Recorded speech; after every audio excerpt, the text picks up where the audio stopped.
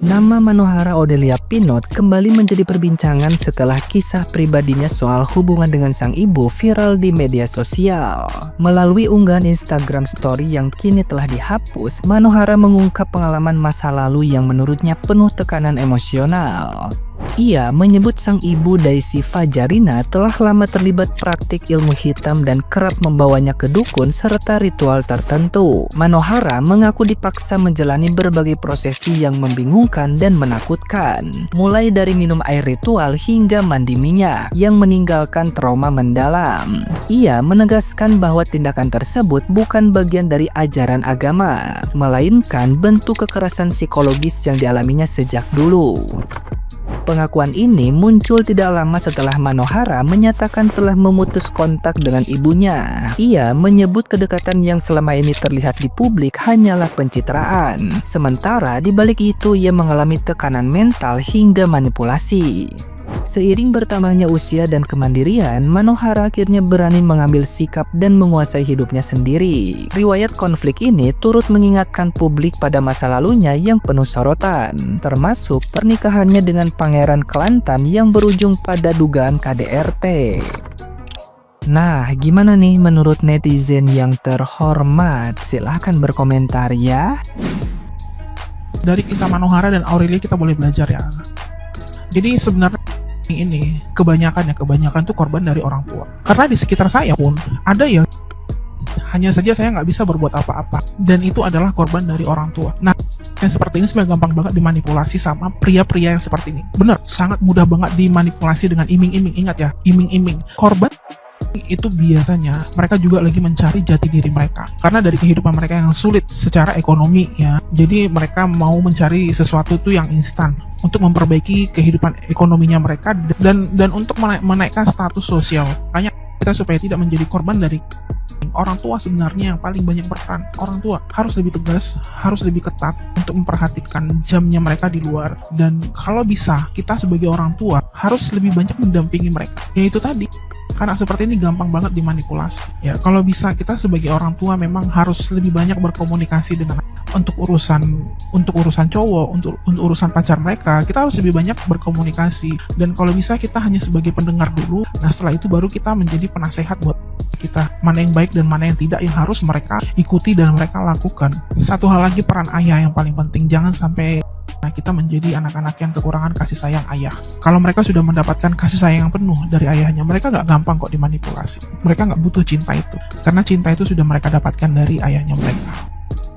Manohara diserang akun bodong yang diduga ibu kandungnya sendiri. Dalam cerita Manohara, saya mendapati pola seperti ini sangat sering terjadi saat terapi. Ingat, saya tidak membenarkan siapapun. Banyak kasus di mana pelaku hubungan toksik, termasuk kasus dengan terduga NPD, tidak selalu pasangan atau atasan, tetapi justru orang tua sendiri yang sebagai sumber tekanan psikologis yang sangat kuat. Kontrol terselubung, playing victim, membangun citra di depan orang lain, lalu menyerang anaknya ketika batasan mulai dibuat. Saya sering menemui klien yang datang dengan cemas berkepanjangan, rasa bersalah berlebihan, dan ketakutan mengambil keputusan. Setelah ditelusuri, ternyata orang tua mereka merasa paling berjasa, paling benar, dan merasa berhak mengatur hidup anaknya sampai dewasa. Ketika klien mulai berani mengambil jarak, polanya hampir selalu sama. Cerita disebar ke pihak ketiga, korban dicap durhaka, dan narasi muncul terasa seragam. Tujuannya satu, mengembalikan kendalinya. Banyak orang yang bertanya, mengapa korban membuka konflik ke publik? Pertanyaan itu muncul karena mereka tidak pernah hidup di dalam pola seperti itu. Di ruang terapi, kasus seperti ini sangat sering terjadi.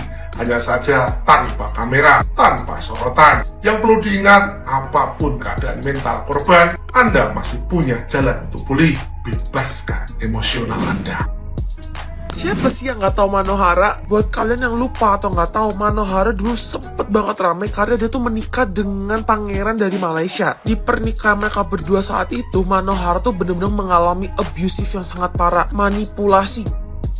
dan sexual harassment yang banyak banget yang dia laluin. Tapi di video kali ini gue bukan bahas soal pernikahan mereka berdua, melainkan mama dari Manohara. Instagram Manohara tuh sempet ramai lagi karena ada satu user Instagram bernama Aisyah Nadawi yang membawa topik-topik dan membawa nama ibu dia. Bahkan Manohara sendiri bilang dia menduga itu akun Instagram milik ibu dia atau salah satu pengikut ibu dia. Kalian bisa baca kalau si akun Aisyah ini bener-bener memojokkan Manohara dan membela banget ibu Manohara. Dan gak sedikit netizen Indonesia yang notice soal hal ini dan mereka pun ikut ngebela Manohara. Buat kalian yang mungkin masih bingung nih konteksnya apa, jadi ibu Manohara tuh sering banget, gak sekali dua kali itu menggunakan Manohara untuk jadi benefit dia. Bahkan saat dia menikah dengan pangeran Malaysia itu dia masih berumur. Ini beberapa statement dari Manohara sendiri yang aku screenshot dari Instagram dia. Itu akun Instagram yang kemungkinan besar tuh nyokapnya Manohara bilang kalau dia tuh Islam gak kaleng-kaleng. Mano bilang kalau misal ibu tuh udah dari lama itu terlibat atau mengikuti ilmu-ilmu gelap yang itu sama sekali bukan ranah Islam. Dan yes, ini foto nyokap dia pas tuh dibaptis secara Kristiani. Karena pada saat itu circle nyokapnya itu orang-orang Kristen yang berduit. Dan akun Instagram tuh bilang kan kalau Mano dulu tuh gak pengen sekolah lah segala macem. Tapi kalian lihat statement Mano. Mano bilang kalau dia tuh sebenarnya pengen banget sekolah. Bahkan sekarang tuh dia ngebiayain saudara dia tuh sekolah art school. Ini statement yang menurut gue paling kacau. Nyokapnya tuh bilang kalau misal dia tuh dulu menikah itu secara sadar dari emang kemauan Mano sendiri. Tapi kalian baca Mano bilang apa? Mano bilang dia gak pernah mau. Dia tuh bahkan minta tolong ke nyokapnya jangan tinggalin dia sendiri sama si cowok itu. Tapi malah dan disuruh dibentak-bentak. Manohara sendiri tuh juga kemarin tuh sempat yang ngomong kalau misalnya dia udah nge-cut off hubungan dia sama nyokapnya. Emang nyokapnya ini rada-rada tau gak sih? Bahkan pas berita itu yang lama itu dulu keluar, bahkan banyak orang tuh mempertanyakan nyokapnya. Cuman mungkin dulu media sosial tuh belum se-booming sekarang. Bahkan ada usut punya usut saat Manohara nikah sama pangeran Malaysia tuh nyokapnya tuh dapat penthouse, dapat rumah segala macem. Lu kasusnya tuh bener-bener booming banget. Cuman detailnya tuh belum keluar sebanyak sekarang. Kalau misal kalian tertarik buat dengerin detailnya lebih lanjut, gue bakal bikin video terpisah karena panjang banget.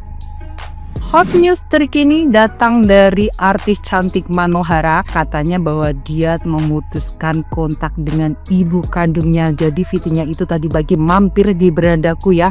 Aku langsung baca, aku langsung cross check ke platform terakurat, yaitu yang satunya itu dan yang satunya lagi adalah Lambe Turah. Silakan kalian cek aja. Jadi aku udah cross check dulu sebelum aku ngomong di sini. Kenapa sih? Karena aku ngefans banget sama dia dari dulu, sejak kasusnya di 2007, sekitar dia tuh usianya baru 19 tahun, yaitu kasus perceraiannya dengan si raja negara tetangga itu ya. Jadi udah muda banget, dia harus sudah memiliki permasalahan dengan rumah tangga gitu ya. Usianya yang masih muda, masih cantik, dan dia tetap cantik. Hal itu bisa terjadi itu pasti karena sebuah perjalanan yang panjang yang terus berulang-ulang sehingga sampai hari ini ya. Ini pasti prosesnya sangat panjang sehingga pada saat dia mengambil keputusan seperti itu, bagi orang-orang yang tidak pernah mengalami hidup seperti itu ya, tiba-tiba mengambil keputusan untuk memutuskan kontak entah dengan siapapun, dengan keluarga, dengan orang tua, dengan saudara, itu pasti sudah mengalami